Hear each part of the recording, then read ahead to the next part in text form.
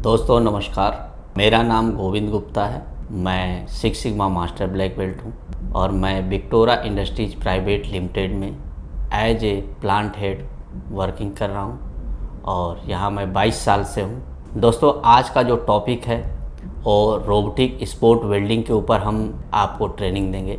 जैसा कि मैंने आज का टॉपिक आपको बताया कि रोबोटिक स्पोर्ट वेल्डिंग के बारे में हम जानकारी लेंगे और मैं आपको ट्रेनिंग दूंगा कि रोबोटिक स्पोर्ट वेल्डिंग क्या होता है। तो उसके कुछ कंटेंट हैं, वन बाय वन आपको मैं बताते जाऊंगा। जो कि कंटेंट हमारे ये डिस्प्ले हैं, आप देख सकते हैं कि ये कंटेंट है कि सबसे पहले सेफ्टी, कि हमें सबसे पहले सेफ्टी करनी है। दूसरा कंटेंट है कि हमें सबसे पहले फिक्चर को साफ़ करना है, मशीन को क्लीन करना है। तीसरा कंटेंट है कि हमारे को जो है फिक्चर को मैनुअली चेक करना है कि हमारा क्लैंप और जो हमारे पिन्स हैं वो जो है कहीं डैमेज तो नहीं या लूज़ तो नहीं है। चौथा कंटेंट है कि हमें कैसे मशीन को ऑन करना है।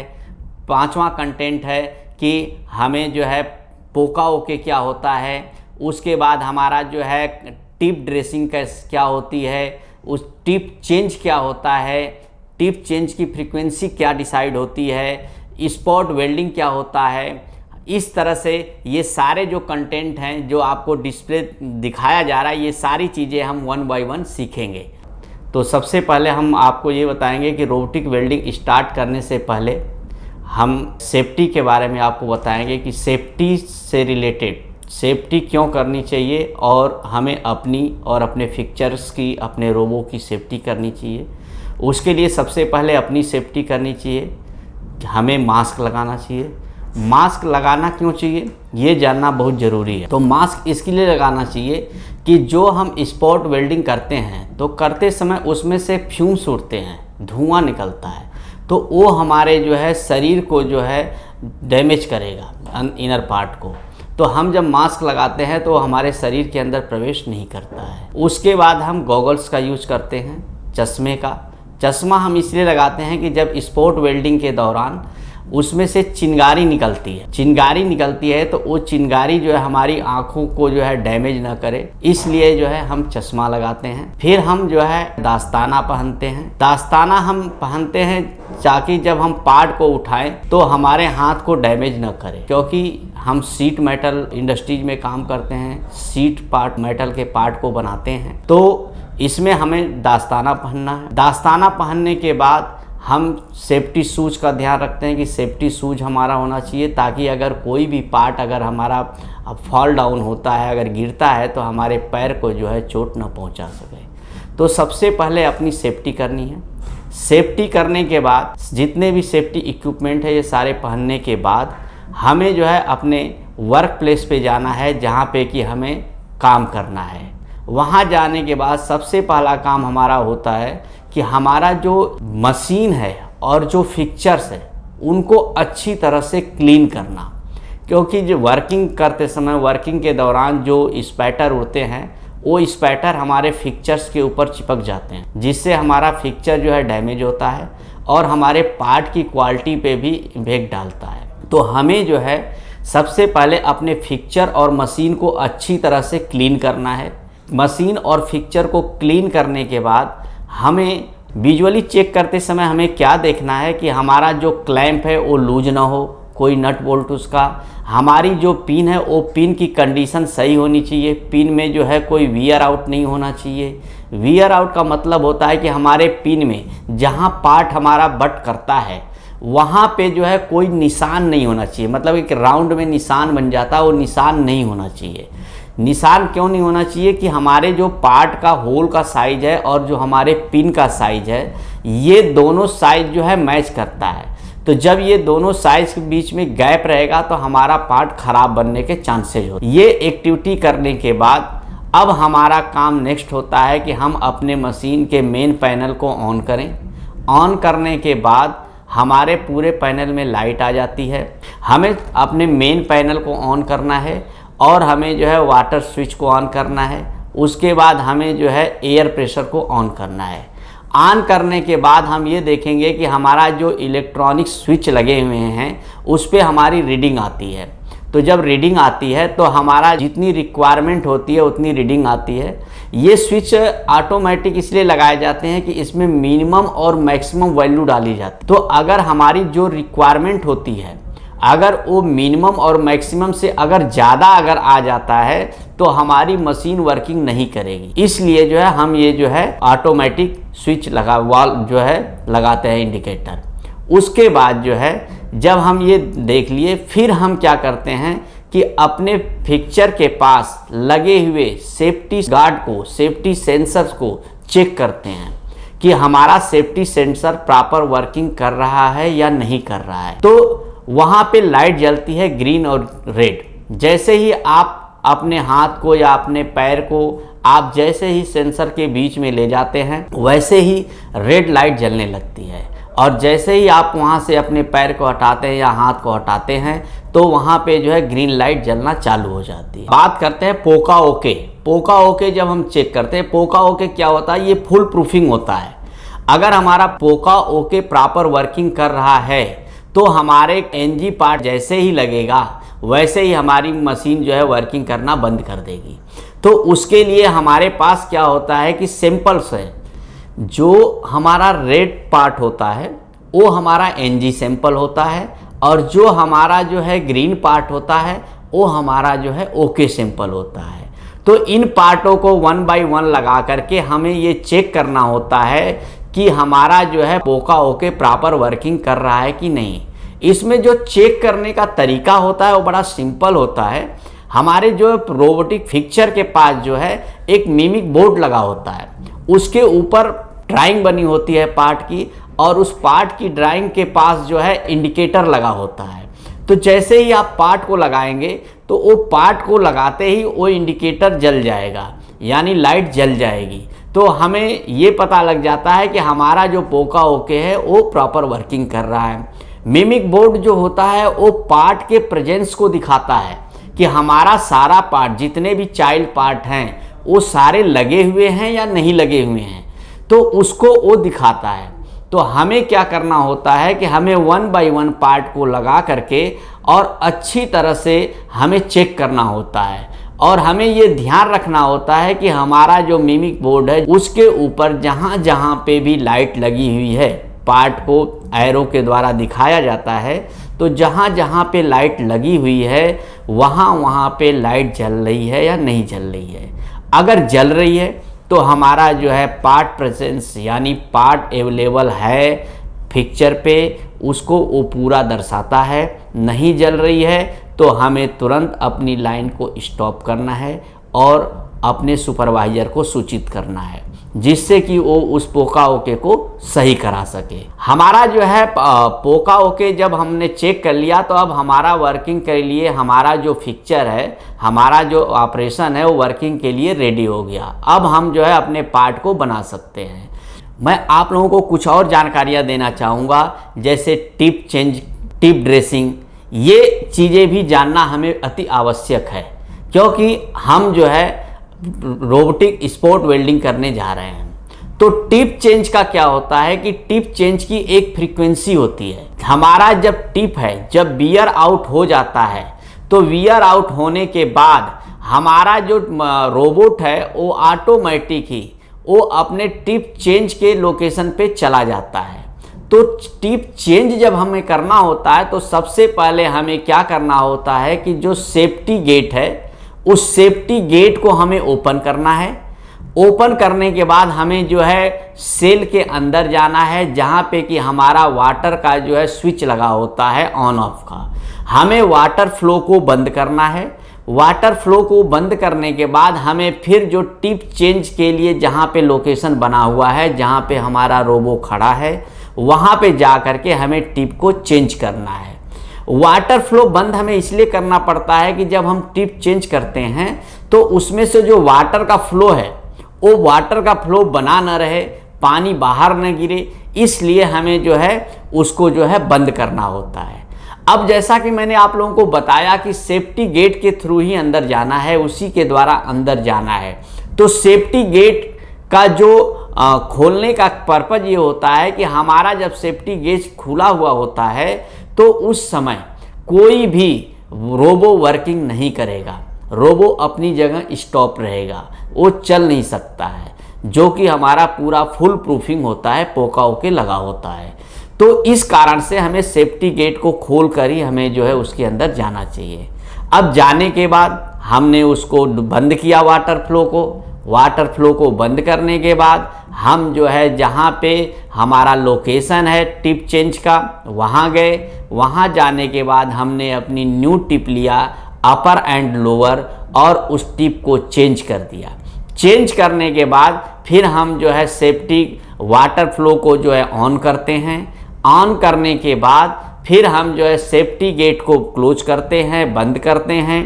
बंद करने के बाद हम जो है अपने जो है वर्क स्टेशन पे जाते हैं। वहाँ जाने के बाद हम जो है उसको प्रोग्राम देते हैं। तो हमारा जो रोबो है वो अपने जो है अलाइनमेंट की जगह पे चला जाता है। वहाँ पे क्या होता है कि हमारा जो टिप है, टिप को एक फोर्स प्रदान करता है जिससे कि हमारी टिप अच्छी तरह से बैठ जाए। उसके बाद वो अलाइनमेंट को चेक करता है कि हमारे टिप का जो दोनों पॉइंट है वो आपस में राइट एंगल है या नहीं है, उसको चेक करता है। चेक करने के बाद हमारे पास एक इंस्ट्रूमेंट होता है जो राइट एंगल चेक करने के लिए होता है, उससे भी हम चेक करते हैं। तो उसको भी हम लगाकर ये देख लेते हैं कि हमारा जो टिप है वो राइट एंगल है या नहीं है।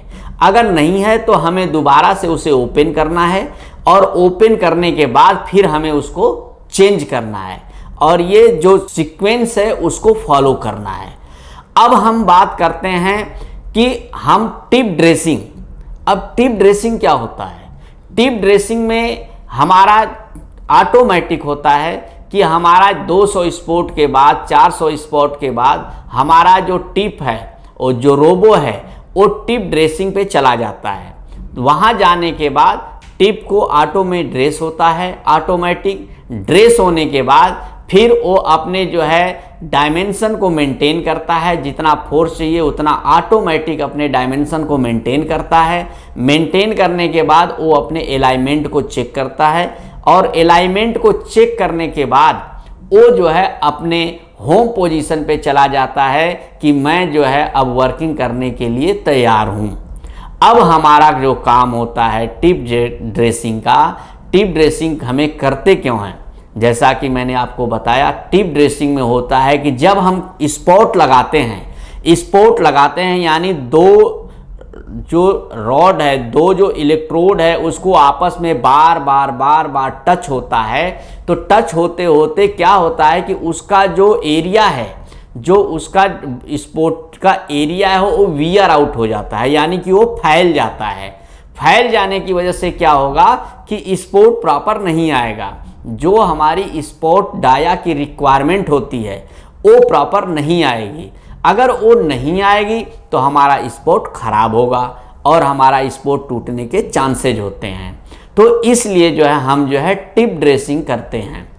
अब दोस्तों टिप ड्रेसिंग के बाद अब मैं आपको बताता हूं कि हमारा जो है पोका ओके लगा हुआ है डबल पार्ट के लिए। अगर हमारा डबल पार्ट कोई भी लग जाता है तो उसको रोबो हमारा जो है पकड़ लेता है। उसमें प्रोग्राम दिया हुआ है। तो उसमें क्या होता है कि जैसा कि आप चित्र में देख रहे हैं, जैसा वीडियो में आप देख रहे हैं कि हमने एक डबल पार्ट लगा दिया। डबल पार्ट लगाने के बाद ये नेक्स्ट ऑपरेशन पे गया। वहाँ जाने के बाद ये जो है इस होल्ड हो गया।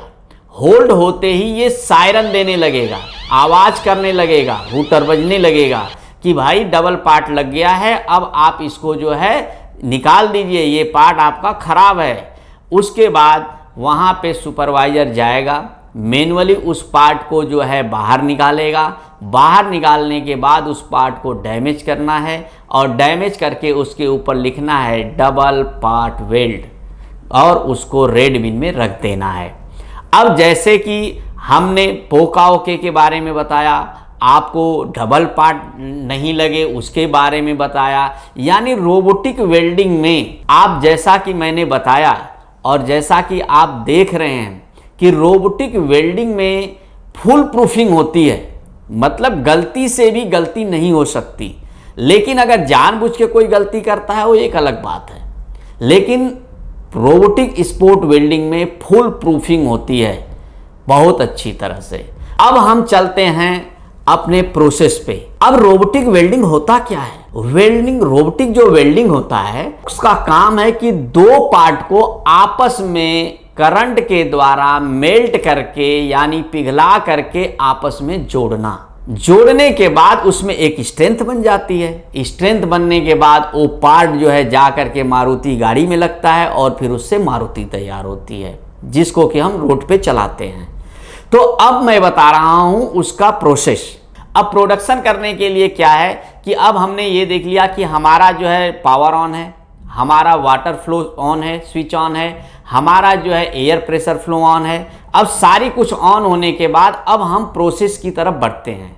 अब हमें क्या करना है कि प्रोसेस करने से पहले एक बहुत अच्छा कंसेप्ट है आई मेक आई चेक, यानी कि जो पार्ट मैं बनाऊंगा उस पार्ट को मैं चेक करके ही अपने कस्टमर को दूंगा। कस्टमर आपका कौन है? नेक्स्ट ऑपरेशन, जहां पे कि आपका पार्ट आगे जा करके दोबारा से रोबो वेल्डिंग होगा या पीडीआई होगा, वो आपका नेक्स्ट कस्टमर है।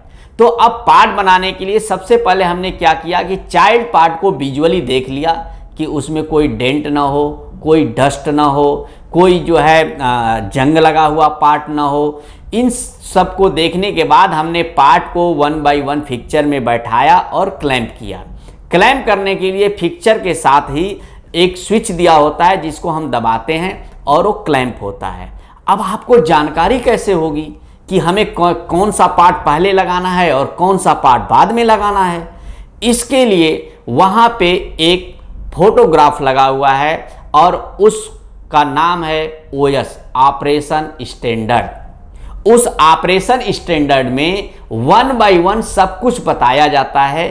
जैसा कि आप इस फोटो में देख रहे हैं कि 1 बाय 1 सबसे पहले कौन सा पार्ट लगाना है, फिर स्विच बटन दबाना है, फिर दूसरा पार्ट कौन सा लगाना है, फिर बटन दबाना है, फिर तीसरा पार्ट कौन सा लगाना है, फिर बटन दबाना है। यानी जितने भी चाइल्ड पार्ट इस ऑपरेशन में लगते हैं उन सब का वहाँ पे ऑपरेशन स्टैंडर्ड लगा हुआ है। उसी के हिसाब से हमें पार्ट को फिक्चर में लगाना है और बटन को दबाना है। जब हमारे सारे पार्ट लग गए, लगने के बाद अब क्या करना है? अब मेन बोर्ड से स्विच को ऑन करना है, यानी रोबो को अब प्रोग्राम देना है। अब हमने रोबोट को प्रोग्राम दे दिया। प्रोग्राम देने के बाद रोबो आ करके अपना जो है प्रॉपर वेल्डिंग करने लगा। अब वो वेल्डिंग कर रहा है तो हमारा अब नेक्स्ट काम क्या होता है कि नेक्स्ट काम होता है कि हम अगले पार्ट को लगाने के लिए अपने चाइल्ड पार्ट को अच्छी तरह से चेक करके रख लें। अब हमने क्या किया कि पार्ट को हमारा वेल्ड हो गया। अब हमारा पार्ट वेल्ड हो गया। वेल्ड होने के बाद हमें क्या करना है? अब वेल्ड होने के बाद हमें इंतजार करना है कि हमारा फिक्चर का क्लैंप पूरा प्रॉपर तरह से खुल जाए और हमारा जो रोबो है वो होम पोजीशन पे चला जाए, यानी नेक्स्ट फिक्चर पे चला जाए। अब हमने ये देखा कि हमारा जो है सारा क्लैंप खुल गया। क्लैंप खुलने के बाद अब हमने पार्ट को आराम से उठाया, निकाला बाहर। निकालने के बाद हमने उसका क्या किया? I make I check process को फॉलो किया। अब फॉलो क्या करना है कि हमारा जितना भी नंबर आप स्पॉट इस पार्ट में लगना था इस ऑपरेशन में, उतना नंबर आप स्पॉट लगा है या नहीं लगा है, ये चेक करना है। दूसरा चेक करना है कि हमारा जो स्पॉट का लोकेशन है, जहां पे कि स्पॉट लगना है वहीं लगा हुआ है या कहीं अपसेट तो नहीं लग गया। ये चीजें हमें चेक करनी होती है। दूसरा हमें ये चेक करना होता है कि कहीं उसमें स्पॉट बर तो नहीं आ रहा है, स्पॉट अंडुलेशन तो नहीं हो रहा है। अब आप कहेंगे स्पॉट अंडुलेशन क्या होता है? अंडुलेशन यानी कि एक तरफ से उठ जाना, साइड मार देना। जब स्पॉट लगता है तो हमारा एकदम प्रॉपर होना चाहिए, वहां गड्ढा नहीं होना चाहिए, उभरा हुआ नहीं होना चाहिए। लेकिन अगर वहां पे उभरा हुआ है तो वो अंडुलेशन है। या कभी कभी देखेंगे तो एक साइड में टेपर मार देगा, अंडुलेशन है। तो वैसा पार्ट नहीं होना चाहिए। अगर वैसा पार्ट होता है तो तुरंत अपनी लाइन को रोकना है, अपने सुपरवाइजर को सूचित करना है। ये एक्टिविटी आपको एवरी टाइम करनी है। अब ये एक्टिविटी हमें अपना बार बार करना है दोस्तों। जब बार बार करते हैं अगर किसी काम को, तो वो काम हमारे को प्रॉपर वे में आ जाता है, और जब हमारे को प्रॉपर वे में आ जाता है तो हम उस काम को बहुत अच्छी तरह से कर सकते हैं, और उस काम के लिए हम क्या हो जाते हैं, मास्टर हो जाते हैं। तो ये एक्टिविटी हमें जो है रूटीन में करनी है। अब हमारा पार्ट निकला, हमने पार्ट को चेक किया, चेक करने के बाद हमने पार्ट को नेक्स्ट ऑपरेशन के लिए दे दिया, यानी अपने कस्टमर को दे दिया। कस्टमर को देने के बाद फिर हमने दूसरे पार्ट को लगाया और कमांड दिया। कमांड देने के बाद फिर same activity, I make I check, I make I check, ये एक्टिविटी हमें फॉलो करनी है। और ये देखते रहना है कि हमारे पिक्चर में कोई प्रॉब्लम्स तो नहीं आ रही है, क्योंकि वर्किंग करते समय पिक्चर में कुछ प्रॉब्लम्स आ सकती हैं, जैसे स्पैटर का ज़्यादा चपक जाना, ज़्यादा स्पैटर का आना, ब्लो होल होना पार्ट के अंदर। तो ये सारी चीज़ें आपको देखते रहनी है, और जैसे ही आपको लगे कि यार हमारे पिक्चर पे तो ज़्यादा स्पैटर चिपक गया, उसको क्लीन कर दीजिए। क्लीन करने से क्या होगा कि आपका एक तो पिक्चर मेंटेन रहेगा, दूसरा आपके पार्ट में कोई क्वालिटी इफेक्ट नहीं आएगा। क्वालिटी डिफेक्ट आते ही आपका वो पार्ट स्क्रैप हो जाता है, तो कोई डिफेक्ट नहीं आएगा। तो इस तरह से आपको ये पार्ट को चलाना है, इस प्रोसेस को करना है। तो दोस्तों आज अभी हमने ये सीखा कि रोबोटिक स्पोर्ट वेल्डिंग में क्या क्या सावधानियां बरतनी पड़ती हैं, इसमें कितने पोका ओके होते हैं, इसको कैसे हमें ऑपरेट करना होता है, इसको कैसे हमें चेक करना होता है, ये सब चीजें हमने सीखा। अब इस रूटीन को जब हम डेली एक्टिविटी में लाएंगे तो ये हमारे माइंड में बैठ जाएगा, और माइंड में बैठने के बाद ये हमारे लिए काम इजी हो जाएगा। नमस्कार।